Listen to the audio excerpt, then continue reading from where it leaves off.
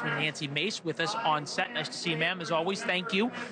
You were supposed to be briefed yesterday by the Secret Service. Correct. You were supposed to be briefed today by the Secret Service. I hate asking this question because I think it breeds things we shouldn't want to think about. Are they covering something up? Well, we don't know yet because they haven't briefed us. And on Monday, we're supposed to have a public hearing with the director of the Secret Service. If she does not show up, I hope that we will subpoena her and force her hand and make her show up, because they've delayed now for 2 days. The Homeland Security has taken over now and are speaking on behalf of the Secret Service. And the Oversight Committee has jurisdiction of the Secret Service. She should show up, answer our questions in a private briefing before we have a public hearing, because we have more questions we have answers at this point today. And there's an important distinction, right? Because the Secret Service is an agency which is supposed to be nonpartisan, led by a nonpartisan director. That's different than Homeland Security, which is inherently led by a presidential appointee, therefore partisan. The director has not spoken to you yet. She has spoken to Pierre Thomas of ABC. Take a listen. That building in particular has a sloped roof at its highest point. And so, you know, there's a safety factor that would be considered there, that we wouldn't want to put somebody up on a sloped roof. And that was her explanation for not posting either an agent or somebody from the local police on top of the sloped roof. Never mind that the counter sniper team that ended up shooting and killing the gunman was on a sloped roof.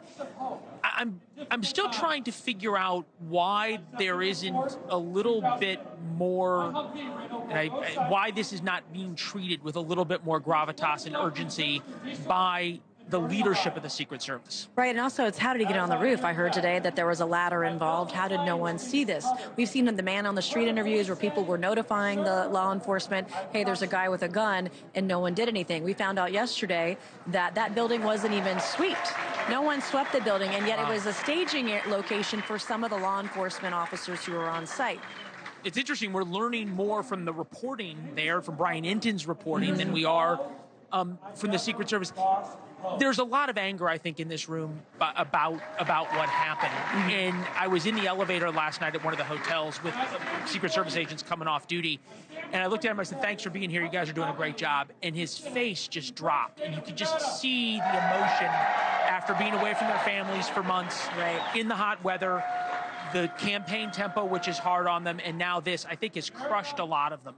How do we separate valid criticism from the Secret Service director and the agency from the line agents? Well, it's all about really facts and not fiction, getting all the facts, not speculating, and we won't know all of the facts until the director comes in and answers our questions. That's step number one. Number two, our local law enforcement, federal law enforcement officers, as you say, they take weeks and months away from families during the course of their career in any given year. They're putting their lives on their line every single day. We should not be attacking those individuals who are on the front lines right now. This is a leadership failure. It's a massive agency failure. And we're going to get to the bottom of it on oversight if she ever shows up. Well, interestingly enough, it seems like President Biden doesn't really think she needs to show up. Here he is with Lester Holt. Take a listen.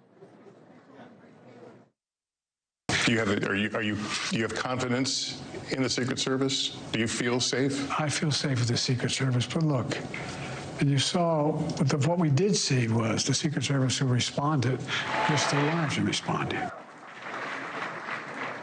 And Lester Holt went on to ask, do you have confidence in the director? And President Biden responded, yes, I have confidence in him. Never mind, it's a she. Right.